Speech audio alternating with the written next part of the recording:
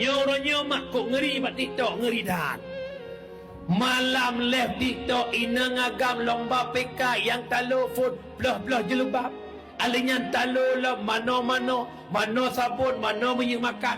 Laki sampai laki masuk model lomba food baca dalam. Baru selalu kalian pada malam likut long dakwah long lok TikTok lama tau. Long ulat ya ilahi rabbi anta maksudi.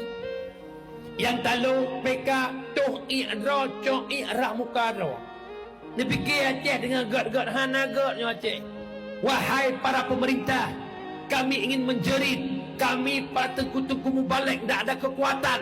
Kekuatan kami hanya lewat mimbar dakwah, lewat mikrofon. Kami tidak ada kekuatan. Kami tidak ada kekuasaan. Wahai para pemangku kekuasaan, jadikan kekuasaanmu kekuatan bagi agama Allah. Coba bikin program bagaimana undang-undang IT terhadap pemain TikToker yang di luar garis syariat.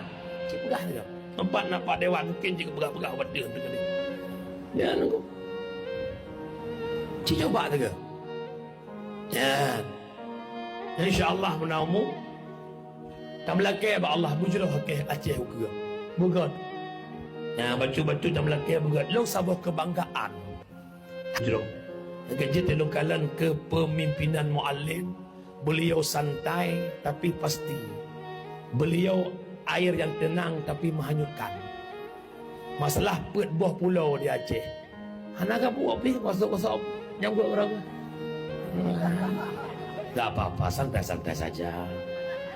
Menanti masalah BKBL, tak apa-apa, dijual kita beli. Selesai.